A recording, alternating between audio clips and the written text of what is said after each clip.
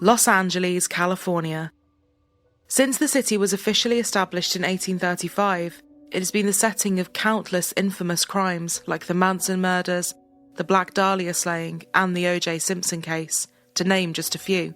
The City of Angels has been the home and stomping ground for a host of infamous killers, such as Richard Ramirez, the Menendez brothers, and the Hillside Strangler. The Truly Criminal podcast has covered a lot of cases in La La Land, new and old, but today's podcast exclusive takes us back to the scorching summer of 1981, to a coterie of shady characters that would feel at home within the pages of any gritty fictional crime novel. Porn stars, pimps, murderers, addicts, drug dealers, hippies, and racketeers. This case takes us to the seedy and rough underbelly of Wonderland Avenue, and the so far officially unsolved 4-on-the-floor slayings, otherwise known as the Wonderland Murders, the truly horrific massacre of a gang of drug dealers that sickened the hardened LAPD detectives and rocked California to its core on that humid, overcast morning of July 1st, just before the Independence Day celebrations. The linchpin to this case and our story is a porn star turned hustler and addict, John Holmes. The definition of the unreliable narrator, John was known to fabricate large portions of his life and lie compulsively. However, he is also one of the only people to ever really give any kind of hint to the bloody and ferocious events that unfolded that notorious day in a rundown townhouse numbered 8763. John Curtis Holmes, or Johnny Wad as he would later become known, was born in the sleepy and small rural town of Asheville, Ohio, on August 8, 1944. His father was a railway worker named Carl Estes. However, John was raised by his mother Mary and her husband Edgar Holmes, the father of John's 3 older siblings. Mary had kept her affair with Estes a secret, and sadly, John didn't learn of his real heritage until the age of 42, when his mother finally gave him his birth certificate so he could apply for a passport to travel to Italy. This must have been a shocking blow for John, who at this point in his life was already dealing with a severe drug addiction, serious health concerns, and constant speculation over his involvement in the Wonderland killings. Throughout his entire childhood, John had been completely unaware of Carl Estes and had always believed Edgar Holmes was his biological father. John's early life was an extremely unstable one. His religious Southern Baptist mother and her husband Edgar often fought over Edgar's alcoholism and the cash-strapped family's financial problems. Violent arguments could often be heard bellowing from the small house the Holmes family shared, and neighbours complained often. The pair, who had an 18-year age difference between them, would divorce and then remarry each other multiple times, before divorcing for the final time when John was still a young child. After this, Mary abruptly uprooted the children from Asheville and took them to live in Columbus, Ohio, where the family resided in a housing project and struggled on the poverty line continually. When devout Mary wasn't in church, she was working odd jobs as a waitress in local cafes and diners to try and make ends meet. Yet despite all of her hard work and effort, it was constantly difficult for the poor single-parent family, and John and his siblings were often hungry, frail and sick. When John was 7 years old, things would fleetingly improve for the family, when Mary remarried in 1951 to a telecommunications worker named Harold Bowman, and the children were relocated once more, this time to Pataskala, another small and rural community in Ohio. The newfound stability of the marriage didn't last for long. Harold, who suffered from bipolar disorder and drank to excess, would often beat and berate his stepchildren, especially John, who began to feel even more isolated in the large family after his mother gave birth to more children. Also exacerbating John's loneliness and self-esteem issues was the fact he was groomed by a 38-year-old female friend of the family, and she would sexually assault him when he was just 12 years old. It was an incident that deeply affected him and his relationships with women for his entire adult life. Although later on John would brag to anyone who would listen about him sleeping with all but 3 of his female classmates, in high school he was actually quite shy and timid, and he spent most of his time alone in the wilderness, fishing and hunting. Students would remember him as a kind and bashful kid who wasn't all that bright academically. Not long after his 15th birthday, after another violent argument with his stepfather, John made the decision to leave the home for good. He strolled to the local recruiting office and signed up with the United States Army. Joining the military with his mother's blessing and written consent, it wasn't long before he was shipped overseas and spent the following 3 years in Nuremberg, West Germany, with the Signal Corps. By all accounts, John enjoyed his time in the military and was well liked by his fellow soldiers for his jokes and humorous stories. In 1963, at the age of 19, John was honourably discharged from the army, and, feeling the pull of Hollywood, he automatically headed out to the Golden State for a fresh start and a brighter future. However, once in California, the clueless John was lost and without any kind of real goal or aim in life. He just floated through an assortment of menial jobs in factories and sales before finally settling on a job he felt suited him more, driving an ambulance for a large hospital. It was during one of these shifts with the ambulance, after dropping off a patient at USC County General Hospital in Boyle Heights, that a pretty 20-year-old brunette caught John's eye. Her name was Sharon, and intrigued by all of the attention the tall and slightly awkward ambulance driver was lavishing on her, she agreed to go on a date with him. One date led to another, and by August of 1965, the young couple had tied the knot. I was very much in love with him. He was loving and overprotective, Sharon said of John later. However, it wasn't long after the marriage that she began to notice John's deep-rooted insecurities and controlling behaviour. She said he was very possessive. He wouldn't even let me meet the people he worked with. One time he raised a hand and I said, "Don't ever, I'm Italian." I told him he'd have to go to sleep sometime and I get him. In spite of the troubles, Sharon stayed and stuck by John and continued to dote on him. The first couple of years for the newlyweds were financially difficult and plagued by hospital visits and tragedy. Sharon continued to stay true to her vows, not knowing that by standing by John, he would drag her to hell and back with him. "I'm just a cast-iron maiden. I'm going to get through it no matter what it is. I do not roll over and play dead for anybody," she told a biographer years later. After becoming restless again and quitting his job as an ambulance driver in 1965, John quickly found new work in a meatpacking plant. The job entailed long hours of loading frozen meats onto lorries using a forklift truck, but the constant and dramatic climate changes of the deep freezers and the dry California desert air caused John serious breathing problems. In the 2 years he worked there, John suffered from a collapsed lung 3 times. During this same time frame, Sharon sadly miscarried 3 times as well. These traumatic and painful events seemingly bonded Sharon to John, and she desperately kept trying to start a family with him. However, after losing his job due to the collapsed lung, John started spending more and more time away from home. He would hang out in bars and clubs, and it was reportedly in one of those clubs that an adult photographer approached John while he was standing at a urinal in the bathroom and told him he could get work in short pornographic films called stag movies. John took the man's business card, and by 1969 he was attempting to make money in the sleazy underworld of X-rated movies and pornographic photo shoots. By all accounts, Sharon finally found out about John's new career path when she came home early from a shift at the hospital to find her husband measuring his penis in the couple's bathroom with a tape measure. Bewildered and amused, Sharon asked John what exactly it was he was doing. He grinned and said that this was their ticket to riches and stardom. Sharon burst out laughing and asked him how that would work exactly. John told Sharon he was going to start starring in adult movies. Although he had already made numerous stag films and posed in pornographic photo shoots without informing his wife, Sharon was shocked and appalled. John reportedly told his dismayed wife, "You can't be uptight about this. This means absolutely nothing to me. It's like being a carpenter. These are my tools. I use them to make a living. When I come home at night, the tools stay on the job. You're having sex with other women. It's like being married to a hooker," Sharon purportedly replied. However, his wife's feelings and opinions meant little to John, so he pushed ahead with his aspirations to make it as a porn star anyway. Sharon stood by her husband. She told a reporter several years later, "He told me that this was going to be his life's work, that this was going to make him famous. I looked at him like, what planet do you come from?" "Let's face it," she said, "I loved the schmuck. I just didn't like what he was doing."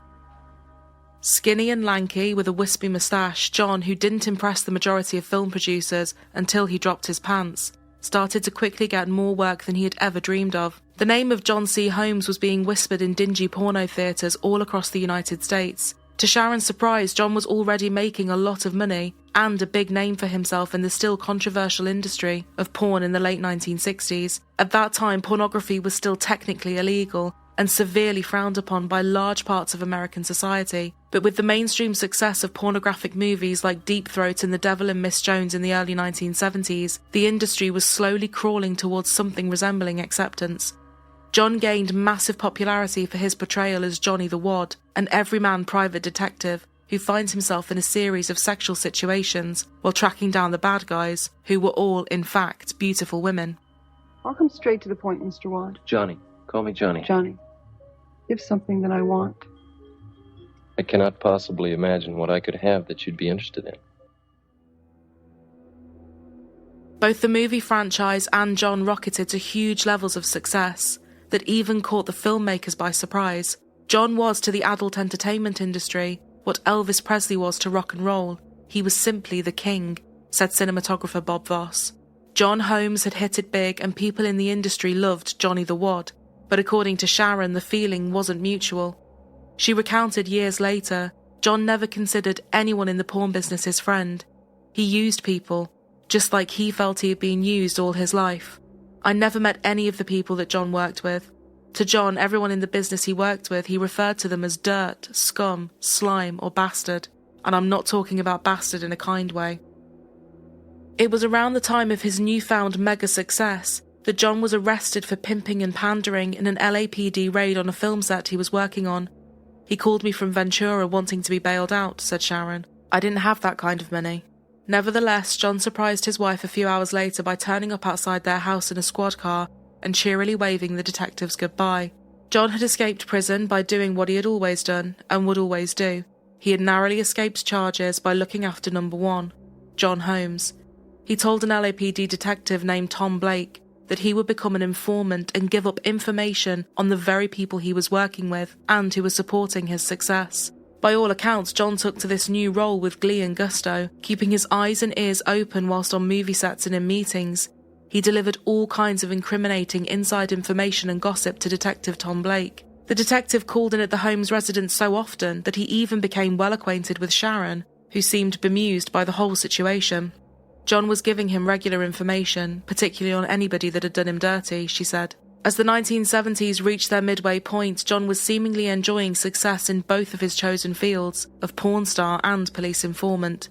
As the arrests of his co-workers, directors and producers stacked up, everyone remained none the wiser, all to the continued glee of John. Detective Tom Blake would later tell a biographer, John enjoyed playing Dick Tracy. He loved that role of investigating and passing information along. John was absolute dynamite. It was while John was basking in these glories, he developed a habit that would ruin his career, his life, and lead to the sickening murder of 4 of his acquaintances.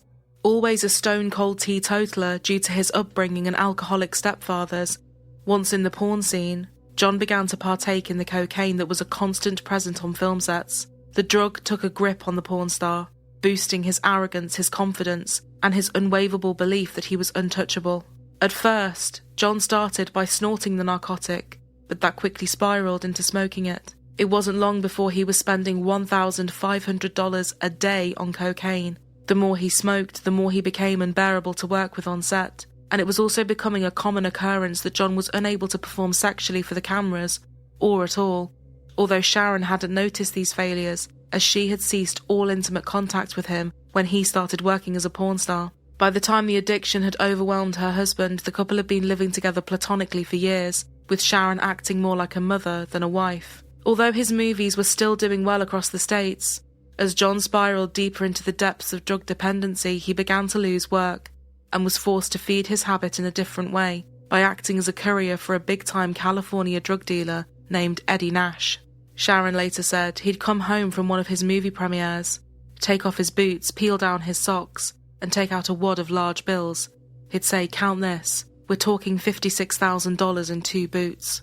Big-time drug dealer and entrepreneur Eddie Nash was born Adel Garib Nasrallah in Palestine in 1929. His family were very wealthy and owned over 48 hotels all over Palestine before the Arab-Israeli War of 1948. Fleeing his homeland in the bloody conflict in the early 1950s as a refugee, Eddie arrived on the sun-baked streets of California with only $7 to his name and the shirt on his back. One of life's fighters, he scrabbled his way to the top through hard work and perseverance. Almost a decade after arriving in the United States, Eddie had a successful hot dog stand on Hollywood Boulevard, where he worked night and day and in all weathers, dressed in a white apron and chef's hat. Another decade later, Eddie was the owner of multiple nightclubs, lucrative real estate, and held assets totaling over $30 million. He was living the American dream, and had come a very long way from his days selling hot dogs to tourists and movie star wannabes on Hollywood Boulevard. But he hadn't reached the top by being solely business savvy, intelligent, or having sheer determination. Eddie had reputedly earned a lot of his financial wealth through selling large quantities of cocaine that was flooding into the country from Colombia. By the mid-1970s, the wiry and dark-haired businessman hadn't only earned a lot of cash, he'd also earned a reputation for his quick temper and the scary people he'd hired to deal out acts of violence on those who crossed him, usually with iron bars or baseball bats.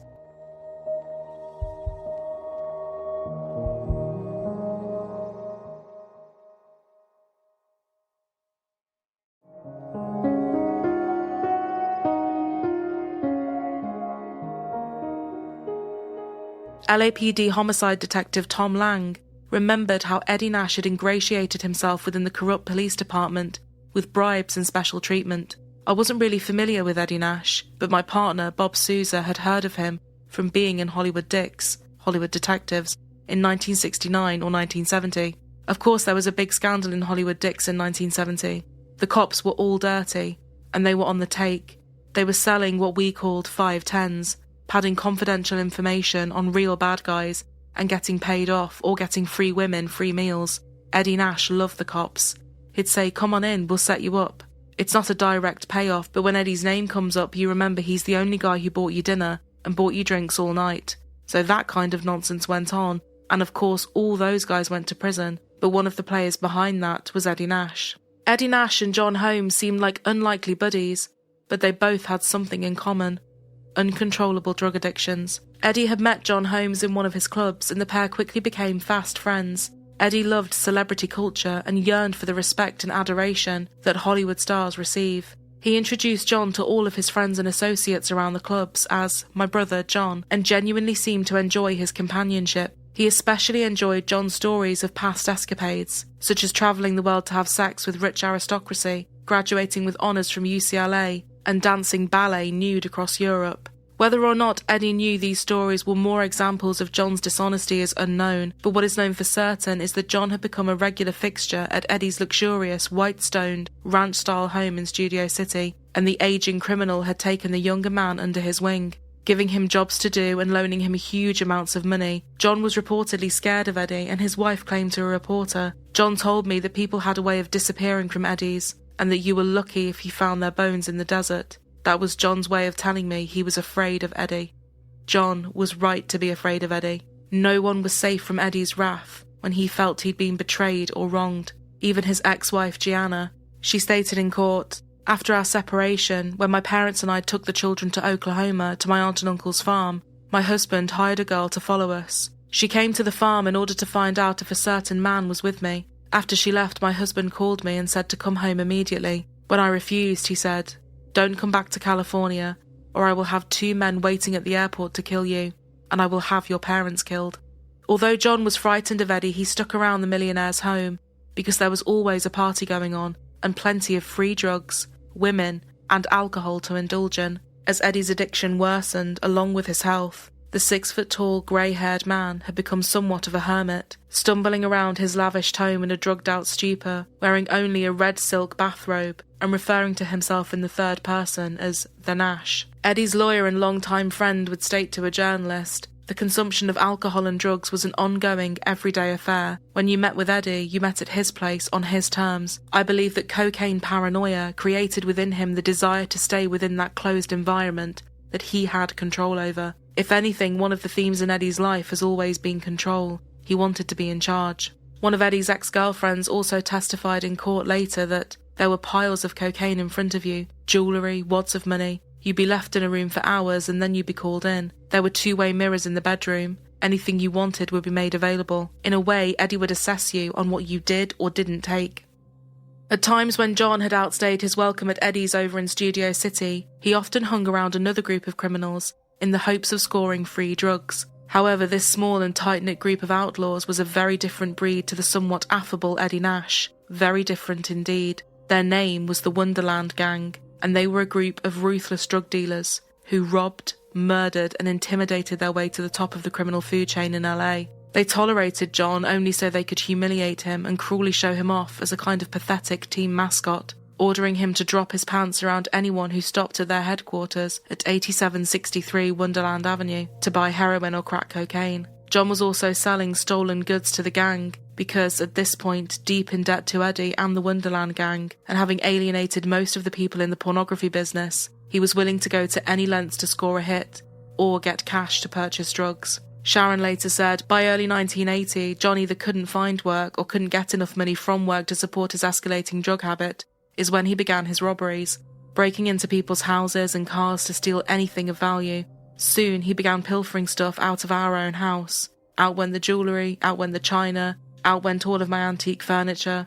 In 1 month's time, John emptied out both our joint checking and savings accounts, and took both our credit cards and charged over $48,000. He bought jewellery, furniture, home appliances.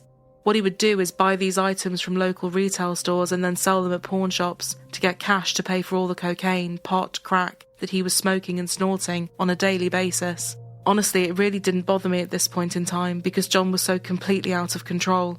He was often out of the house on robbery or drug runs, and the less I saw him, the happier I was. John's betrayals to his wife weren't only limited to sleeping with co-stars and stealing from her. The 31-year-old also started a sexual relationship with a 15-year-old girl, a runaway named Dawn Schiller. After grooming the naive child for months, he'd gotten her addicted to drugs and then moved her into his home with his wife. Sharon felt awful for Dawn and tried to help her. She said the poor girl was emaciated. I knew the whole picture. He was picking on a kid that didn't know any better. I had to let her know that there was another world out there, that John was not God Almighty. John was terrified that I was going to confront her, but I had no reason to confront her. Why? Why would I confront her? He meant nothing to me in that way. It baffles everybody. I hate to see injured people, and I just adopted her. I couldn't see her staying outside. She became a daughter to me. I needed to tell her she had a brain. She didn't need to accept what was going on. Despite the warnings from John's wife, Dawn, who later penned a memoir named The Road Through Wonderland, Surviving John Holmes, was completely manipulated by the man and believed she loved him. I was really charmed. I was just taken off my feet. He treated me very special. He was beautiful, sweet, caring. He did volunteer work for Greenpeace and he was really artistic. He did a lot of great sculptures in clay. He adored me. We related on a really childlike level.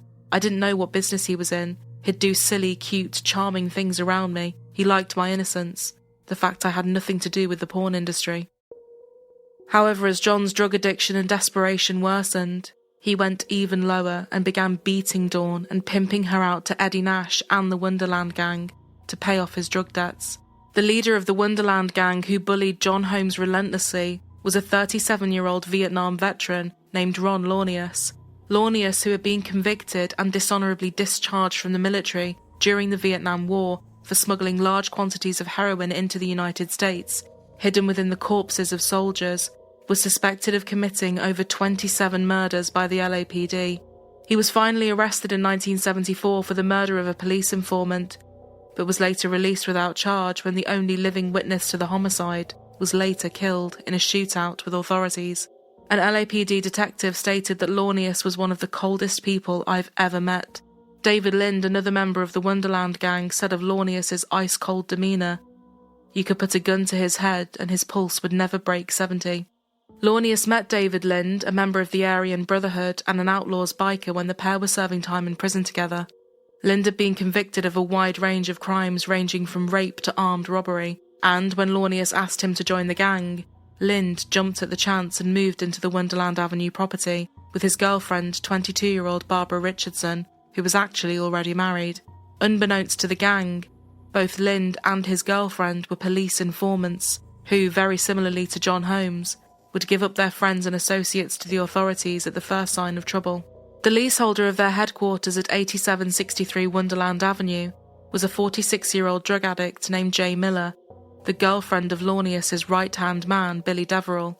By all accounts, Jay and Billy were far from hardened criminals. They had once lived a life away from crime, but had slipped into it due to their severe drug dependencies.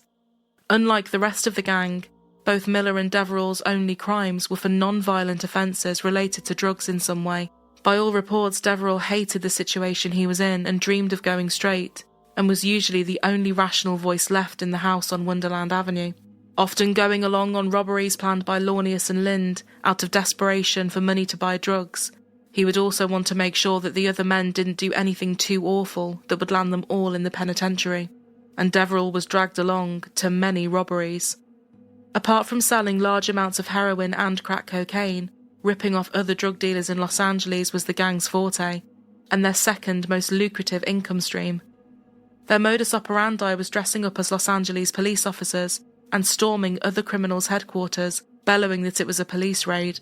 Once the other criminals were bound up and incapacitated, Launius, Lind and Deverell would trash the place, stealing drugs, cash, jewellery, and anything else they could sell on the black market. It was for reasons like this that the Wonderland Gang was one of the most hated and feared ragtag groups of criminals in Los Angeles.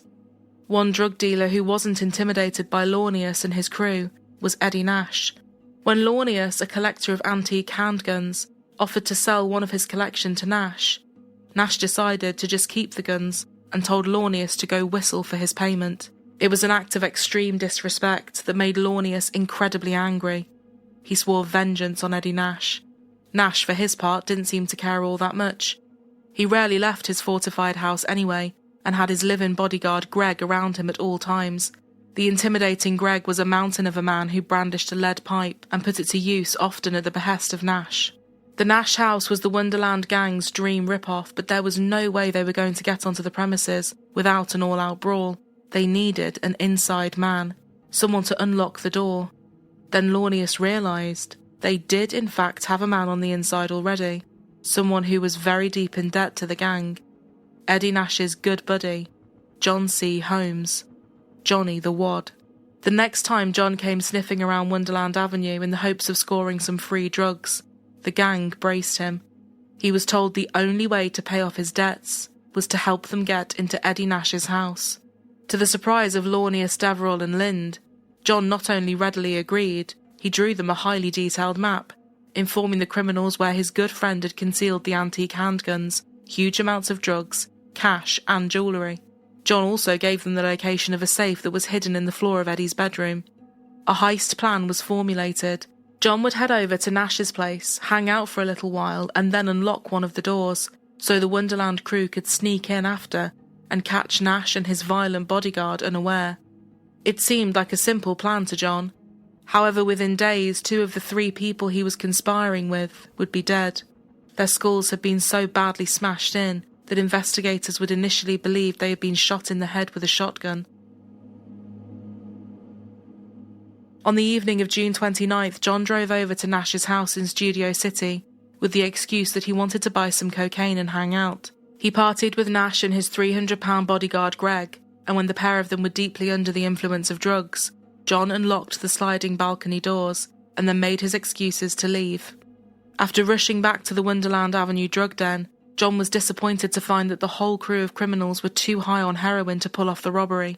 He waited for them to sober up and then made yet another trip over to Nash's house under the guise of buying more drugs.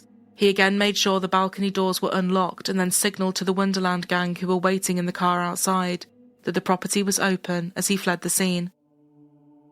A little while later, Launius, Deverell and Lind burst through the balcony doors in the blue uniforms of the LAPD, brandishing guns. Believing it to be a police raid, Eddie and his bodyguard allowed themselves to be tied up on the floor. However, they soon realised it was a setup when the police officers made straight for the bedroom and ripped up a large ornate Persian rug and tried to open the safe. When they realised that they needed a code, Lynn forced a gun into Nash's mouth, growling at him to give up the combination. Nash did as he was told. The Wonderland gang continued to humiliate Nash as they robbed his home, and in the turmoil, his bodyguard was accidentally shot in the back. Luckily though, the bullet only grazed him. Lind, Launius and Deverell beat the 2 men for a while longer and made them beg for their lives, and then completely trashed the house before making off with over $1 million worth of drugs, cash and jewellery. John was in withdrawal and was trembling and sweating as he anxiously waited at the Wonderland home for the men to return. He desperately needed a fix, and he wanted his cut of the haul, but felt completely betrayed and humiliated when the gang came back, and Launius simply tossed him a few pieces of jewellery, a couple of small bags of heroin, and a thin wad of cash on the table, and told him to get lost. As John stumbled out of 8763 into the bright white light of the California sun, and back onto the cracked and unforgiving streets of Los Angeles, he foolishly slid one of Eddie's stolen rings onto his finger, and made his way back over to the drug dealer's house in Studio City to buy some cocaine with the exact cash that had just been stolen from him. When John arrived at Eddie's house, he didn't receive the warm welcome he might have been expecting. Eddie had already suspected that his good friend John was involved in the robbery somehow, and as soon as he spotted the stolen ring on his finger, both Eddie and Greg began severely beating John, demanding to know who else was in on the crime. Scott Thorson, the young lover of Liberace and a cocaine addict, was present at Nash's home while John was being interrogated. He later testified that Nash went through an address book they'd found in John's back pocket and threatened to kill members of his family if he didn't tell Nash who was responsible for the heist. Self-preservation being one of his most honed skills, John stayed true to form once again. He told Nash and Greg about the Wonderland gang, and was also quick to inform them that the gang never opened their fortified door in Wonderland to anyone who wasn't in the gang. They were extremely careful and only conducted their narcotic sales by tossing the drugs out of the window once the addicts had thrown the cash up. But, John told Nash, they would open the door to him.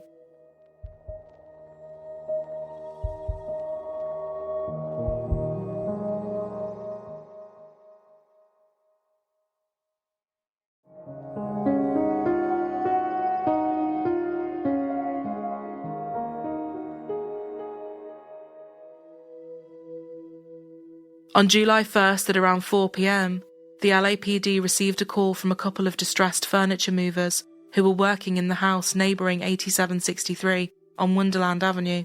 They told the police operator that they could hear the muffled cries of a woman screaming for help.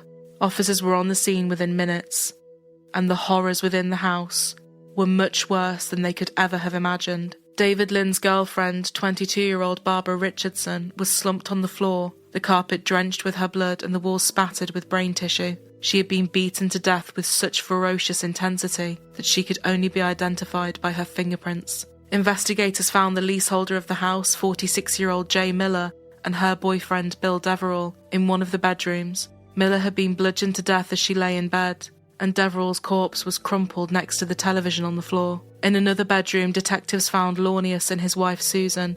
Notorious seemed to have received the worst beating of all, with his face and head nearly completely destroyed. Miraculously, Susan was still alive, and her shouts for help were now just mere murmurs. Her skull had been fractured in a way that pieces of bone had stemmed the loss of blood. She was rushed to the hospital and would survive, but unfortunately for detectives, she would suffer from lifelong amnesia due to her serious injuries, and had no recollection of the events of that awful night at all. Officers quickly canvassed the neighbourhood and learned that numerous residents had heard screams and a woman begging for her life during the night, but as the house was always noisy and a known criminal drug den, no one reported the screams. Veteran investigators were sickened and baffled by the crime scene.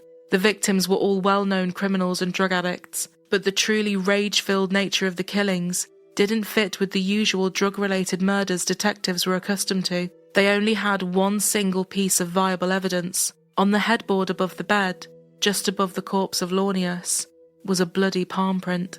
Even more baffling for the investigators was the fact that the handprint matched a well-known porn star, Johnny the Wad, John Holmes.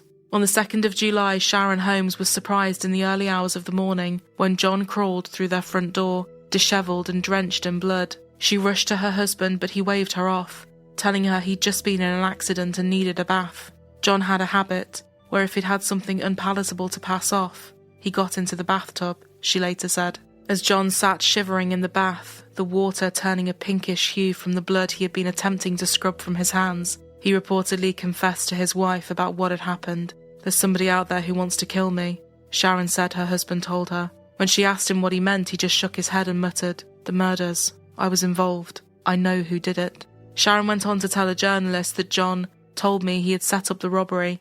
He had set it up with the other people, the people that lived at Wonderland. She said that John had told her Eddie Nash had found out he was involved and had his address book with the names and locations of his family inside it. He said he was told he would be killed, and people in the book would be killed if John didn't do what Nash wanted. In essence, what they wanted him to do was to tell them who it was, and he would have to take them to the house. He said they stuck a gun to my head and made me go back into the Wonderland Avenue house and open the door. That's what he told me, and that they made him watch. There was a lot of screaming going on and I had to stand there and watch what they did, Sharon recalled her husband saying. Reportedly, she said, "John, how could you? You knew these people." John apparently shrugged and murmured, "They were dirt." "I'll never forget that as long as I live," Sharon said. Investigators soon tracked down David Lind, who fatefully had not been at the Wonderland house on the night of the killings, as he was in a motel room seemingly celebrating the success of the robbery by doing drugs with a male sex worker. Lind, enraged by the murder of his girlfriend and friends, quickly confessed to everything that had happened concerning the robbery at Eddie Nash's house, and John Holmes' role in it. 9 days later, the LAPD tracked John down to a Sherman Oaks motel with Dawn and brought him in for questioning.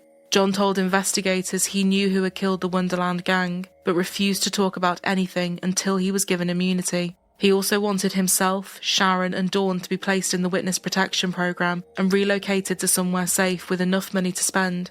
Detectives who were still building a case against John and couldn't charge him yet, decided to cut him loose. One of them later said, "With Holmes it was like he was centre stage, and the lights and the camera were on. It was like he was doing a movie. Here he is. He has 2 women with him. All 3 of them are sleeping in the same bed. He stroked us, jacked us around. He told us certain things, that we were on the right track, that this indeed was what had happened, that this was the motivation, that this was how it all came down. He played it for all it was worth, then said he wouldn't testify." Back out on the street and fearing for his life, John decided to run. Sharon, at this point exhausted and sickened by her husband, refused to go with him. He took Dawn with him instead, and the pair ended up in a seedy motel room in Miami, where John beat her daily and forced her into a life of sex work to feed his drug habit. By December, Dawn had finally had enough of John, and after another serious beating, she snuck away and reported John's whereabouts to the police. John was arrested, and in March of 1982 he was charged with 4 counts of murder. However, only a few months later in June of that same year, and after a 3-week trial, the jury believed John's story of only being an unwilling bystander who was forced at gunpoint to watch the murders. He was acquitted of all charges, although he did have to spend 110 days in jail for being in contempt of court after he refused to name the killers. After John's release from jail, he tried to get back into the porn industry and even took roles in homosexual porn movies. However, after he was diagnosed with AIDS in 1986, every studio refused to work with him, whereupon John moved abroad to Italy for a short time to star in several films. John didn't inform any of the film directors that he worked with that he had been diagnosed with AIDS, nor did he tell any of the actresses that he had unprotected sex with either. John died from AIDS-related complications in 1988. In 1990, Eddie Nash and his bodyguard were charged with planning and carrying out the murders, but only a year later, they were both acquitted due to a hung jury. Today, 43 years after those brutal slayings, it seems like the events of that night in 1981 will never truly come to light. The attorney who defended Holmes against the murder charges, Earl Al Hansen, commented, "We have never heard the whole truth about the killings, and we will never hear the whole truth." Detective Tom Lang disagrees. "There is no mystery, because we know who is involved and we know why." That may be the case, but the bloody handprint on the headboard of the bed above the corpse of Notorious asks more questions than it truly answers. The answers as to whether or not John was really involved and in what capacity will likely never be known. But both of the women closest to John have made their opinions on the matter quite clear in recent years. Dawn said John was so much of a liar, he didn't know what the truth was anymore. About himself, about anything. Sharon added, "He went out of his life denying, saying, 'I had no involvement. It's a lie.'"